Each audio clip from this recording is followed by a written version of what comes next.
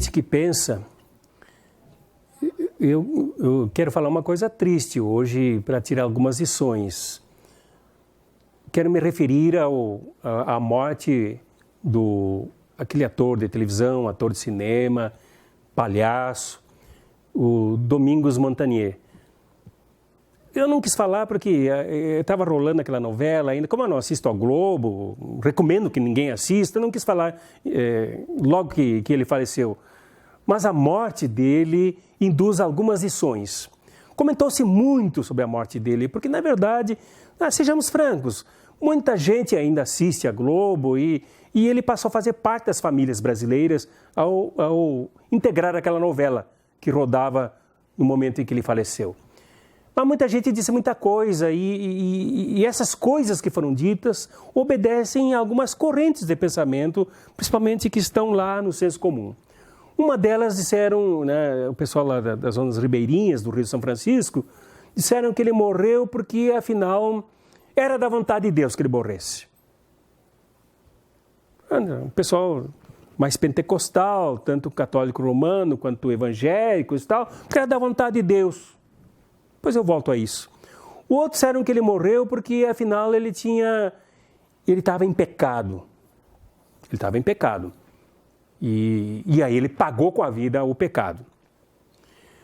Outros disseram que ele morreu porque estava na hora. Estava agendado, Deus precisava, acho que, de um ator lá em cima, lá embaixo, não sei onde, e tal. Chamou o Domingos para a morte. E houve gente aqui, alguns canais do YouTube, que fizeram críticas impiedosas a essas correntes e ao próprio povo que pensa assim. Impiedosas. Chamaram de pagãos e não sei o quê. Eu não irei por esse caminho. Eu respeito as correntes que dominam os pensamentos das pessoas diante das fatalidades, diante dos problemas da vida, diante da natureza, diante da morte, diante da vida. Eu respeito. Não preciso concordar, mas respeito. E um comentário, então, que eu faço. Há duas grandes correntes que se referem à morte. Primeiro, é preciso dizer que a morte é uma coisa terrível. É uma ruptura dessa beleza toda que é o ser humano.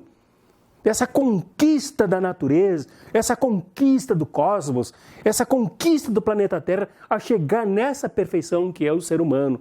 Com esse cérebro prodigioso que todos os seres humanos têm, sistema neurológico, sistema que o ser humano tem, essa capacidade de colocar-se em pé que o ser humano tem, essa capacidade de pensar que o ser humano tem.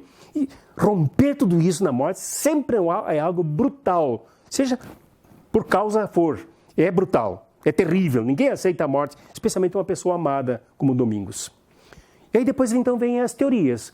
Uma das teorias é da reencarnação, porque o ser humano é finito, individualmente eu sou finito, um dia eu vou acabar. O que não é tão finito assim é a humanidade, mas o indivíduo é finito. Já diziam os filósofos, já diz a ciência, nós somos individualmente finitos. Aí, para explicar que a gente não é tão finito assim, então vem uma teoria, a teoria da reencarnação. Então o sujeito anda por aí, anda pelo espaço, tal, para o hospital espiritual e reencarna em outra pessoa. Isso é uma teoria que está por aí, que explica um pouco as coisas.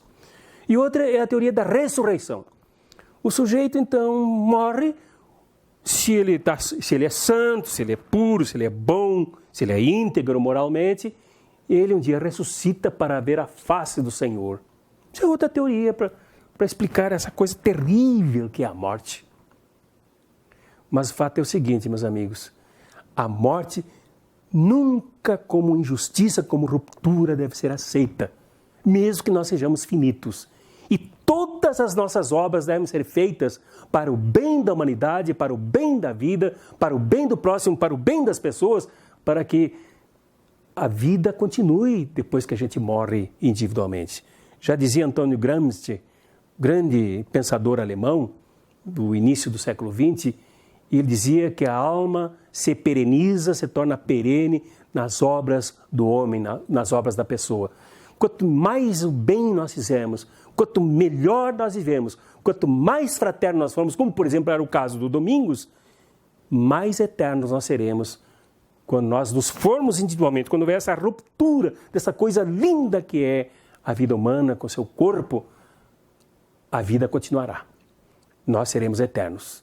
Vamos pensar nisso, viu? E lutar pela vida, a vida social, a vida dos outros, a vida do bem, a vida cultural, para que as pessoas sejam felizes, sejam íntegras, sejam completas, para então aí nós nos justificarmos como pessoas que se eternizam no bem que fazem pelos outros.